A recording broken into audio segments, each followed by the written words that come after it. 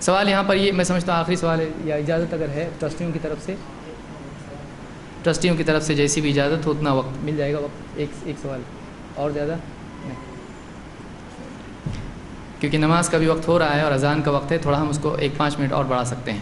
سوال ہے کہ کیا اہل حدیث کہنا ضروری ہے، مسلمان کیوں نہیں؟ اور ایک اس کے بعد سوال ہے، لیکن پہلا سوال یہ ہے تو شیخ عبید الرحمن شیخ انیس الرحمن جواب دیں، اس کا بہتر ہے.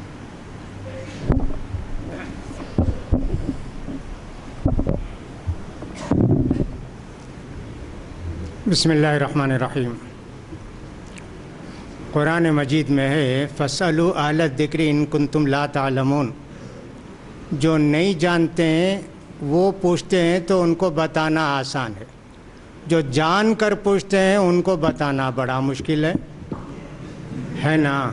یہاں تو ایسے لگتا ہے فَاسْأَلُوا أَهْلَ الذِّكْرِ إِن كُنتُمْ تَعْلَمُونَ ہے.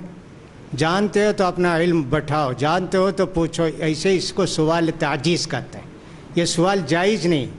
سوال شریعت کے اندر یہ کہ صاحب جو چیز معلوم نہیں ہے اس کو پوچھتے ہیں. بھئی مجھے معلوم نہیں ہے صبح سجدے میں کیا دعا پڑھنی چاہیے، اس کو بتانا آسان ہے. سب کو مطمئن کرنا، اللہ کے پیارے رسول صلی اللہ علیہ وسلم سب کو مطمئن نہیں کر سکتے تو ہم کس کو کریں، کس کو مطمئن کریں؟ رضا الخلق غایۃ لا تدرک. سب کو خوش کرنا یہ مستحیل بات ہے. لہذا ہم کو کچھ اندازہ ایسے ہوا کہ صاحب یہ جانتے ہوئے پوچھنے کے سوالات ہیں، لا علمی کے سوالات نہیں. قرآن نے تو یہ نہ کہا نہیں جانتے ہو تو پوچھو، جانتے ہو تو پوچھو. یہ بڑا مشکل مسئلہ ہے بھائی. اللہ توفیق دے، اللہ ہدایت دے.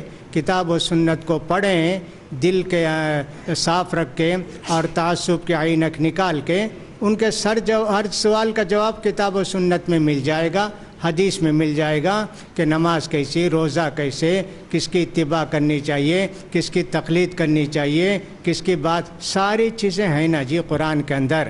اب کسی سے منوانا چاہو تو یہ بڑا مشکل مسئلہ ہے. مجھے رنج ہوا ان سوالات کو سن کے کہ صاحب ایسے لوگ بھی ہیں کہ صاحب جو سمجھیے کہ صاحب جانتے ہوئے سوال پر سوال ادھر گیا ادھر آیا، ادھر گیا ادھر آیا. یہ مجھے پسند نہیں آیا. حق کو تلاش کرنے کی کوشش کیجئے، اللہ ضرور آپ کو توفیق دے گا، آپ بھی حق کو قبول کریں گے. تو بہرحال ہم مسلمان ہیں. اب مسلمانوں میں کتنے فرقے ہیں؟ جیسا کہ پیارے نبی نے فرمایا کہ ہماری امت کے، میری امت کے 73 فرقے ہو جائیں گے. اور یہ کس بنیاد پر ہم پہچانیں گے؟ ان کے عقیدہ اور عمل کی بنیاد پہ پہچانیں گے. تو لہٰذا اہل حدیث ہم اس لیے کہتے ہیں، ہم کو اہل حدیث اس لیے کہا جاتا ہے ہم کتاب و سنت ہی پر عمل کرتے ہیں، قرآن حدیث کی باتوں پر ہی عمل کرتے ہیں. دوسرے لوگ اولیاء فلاں ائمہ ان کی باتوں کو ترجیح دیتے ہیں. ایک امتیاز کے لیے ایک سمجھیے کہ یہ نام رکھا گیا ہے. ہم کو کوئی اصرار نہیں ہے، ہم مسلمان ہیں پہلے بھی اور آخر بھی. ہوا سماکم المسلمین، ہمارا نام مسلمان ہی ہے. لیکن 10 چیزیں ہو جاتی ہیں تو اس میں امتیاز کے لیے کوئی لقب اختیار کر لیا جاتا ہے. پیاس پیدا ہوتی ہے یہاں، پونا کی پیاس، بلاری کی پیاس، فلاں کی پیاس. لوگ کہتے ہیں بلاری کی پیاس ہے کیا، پونا کی پیاس ہے کیا. دنیا کی چیزوں میں بھی لوگ پہچانتے ہیں فلاں چیز فلاں ایسے ہوتی ہے. اس بنیاد پر کسی نے ہم اہل حدیث کہتے ہیں صرف بچانے کے لیے ہم کتاب و سنت کی باتوں کو مانتے ہیں، ورنہ ہم کو کچھ اصرار نہیں ہے. ہم کو اہل حدیث ہی بولیے. ہاں ہمارا عمل کچھ بھی ہو جائے کتاب و سنت پر ہے، اسی پر عمل کرتے ہیں. ہم مسلمان بھی ہیں، اہل حدیث بھی ہیں. ان جو 72 فرقے 73 فرقے کی بات تھی ان کے لیے انہوں نے امتیاز کے طور پر بتایا کہ اہل حدیث ہیں، ورنہ تو سبھی مسلمان ہوں گے جو کتاب و سنت پر عمل کرنے والے ہوں گے. یہ لقب ہمارے ساتھ خاص نہیں ہے.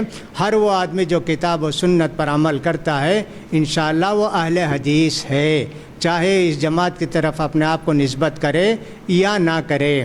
مولانا عبدالحی لکھنوی رحمۃ اللہ علیہ کو بھی اہل حدیث کہتے ہیں، اس لیے کہ انہوں نے بہت سارے مسائل کو کتاب و سنت کے مطابق قبول کیا، اگرچہ کہ ان کے ساتھ حنفی لکھا جاتا ہے، لیکن حقیقت میں وہ حدیث کے شہداء اور متبع تھے، بہت ساری چیزوں پر انہوں نے آمین ہو، رفع الیدین سب پر انہوں نے تحقیق کر کے ان سب کو قبول کیا کہ حق یہی ہے۔